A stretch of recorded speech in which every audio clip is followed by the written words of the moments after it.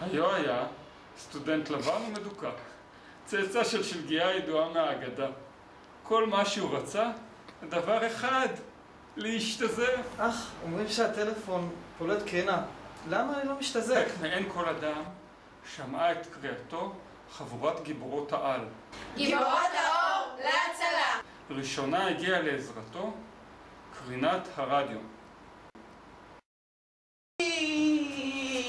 אני קרינת רדיו! אני יכולה לעזור לך לדבר בטלפון או לשמוע מוזיקה. או כמובן סתם לראות טלוויזיה. מספיק חזקה כדי להזיז את האלקטרונים במתכת מצד לצד. ככה בעצם עובדת האנטנה בסלולר וגם ברדיו. שים לי פליי, די-ג'יי.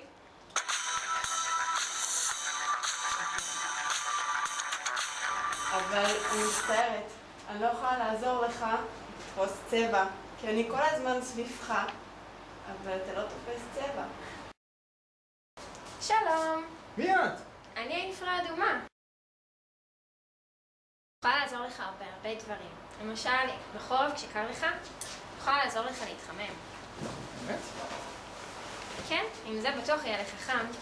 חוץ מזה, אני יכולה לעזור לך לראות בלילה. כל גוף על פני כדור הארץ פולט קרני אינפרה אדומה. ככה למשל נעזרים החיילים בשביל לראות בלילה וגם בעלי חיים. אני יכולה לגרום לקשרים במולקולות לשנות את האורך. אני יכולה לגרום לקשרים במולקולות לשנות את הזווית. אני יכולה לגרום להם להסתובב. ואז המולקולות מתחילות להתחמם ולרקוד. אבל אני מצטערת, אני לא יכולה לעזור לך להשתזף. אוף. גיבור הסיפור כמעט והתייאש, לפתע ראה אור סגול בוהק כאש. הייתה זו גיבורת העל החיקה, אולטרה-ויולט ושמה.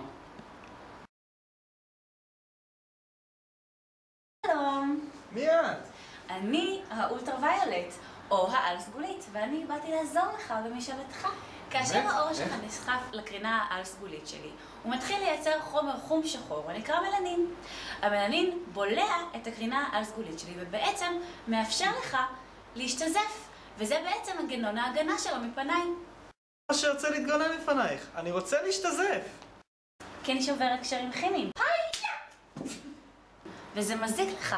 אז הדרך של הגוף שלך להתגונן זה להשתזף. אבל כל דבר צריך להיות במידה. לא כל סוגי האור מגיבים אותו דבר. נגיד אנשים בעלי אור כהה, אז שיזוף בכלל כמעט לא יורגש עליהם, אבל אשכנתוז כמוך יכול להיפגע קשות. גיבורות העל, תודה שעזרת לי, אבל טוב לי כמו שאני. בדיוק כמו שאתם. זהו סוף הסיפור ידידנו, ומה המסקנה? נשמור על אורנו. כן, כן, כן, כן, לעולם.